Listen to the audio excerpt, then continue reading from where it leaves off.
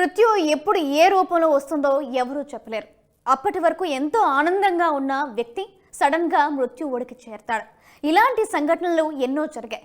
తాజాగా మధ్యప్రదేశ్లోని అలాంటి సంఘటన చోటు చేసుకుంది. అప్పటి వరకు స్టేజ్ పై ఎంతో ఉత్సాహంగా డాన్స్ చేస్తున్న యువతి సడన్ గా కుప్పకూలింది. ఆ వెంటనే మరణించింది. దీనికి సంబంధించిన వీడియో సోషల్ మీడియాలో ఇప్పుడు వైరల్ గా మారింది.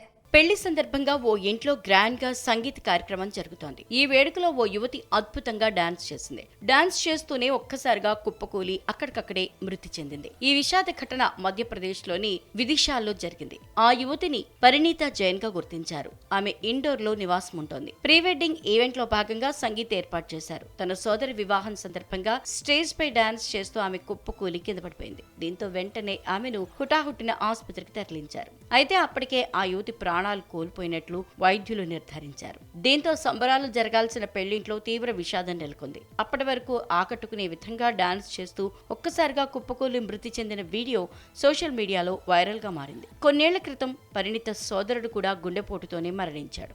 అప్పుడు అతని వయసు కేవలం 12 ఏళ్లు. కోవిడ్ తర్వాత ఇలాంటి మరణాలు ఎక్కువైపోయాయని వీడియో చూసిన నెటిజన్లు కామెంట్లు చేస్తున్నారు. అసలు ఈ మరణాలకు సరైన కారణాన్ని కనుక్కోవాలని వారు కోరుతున్నారు.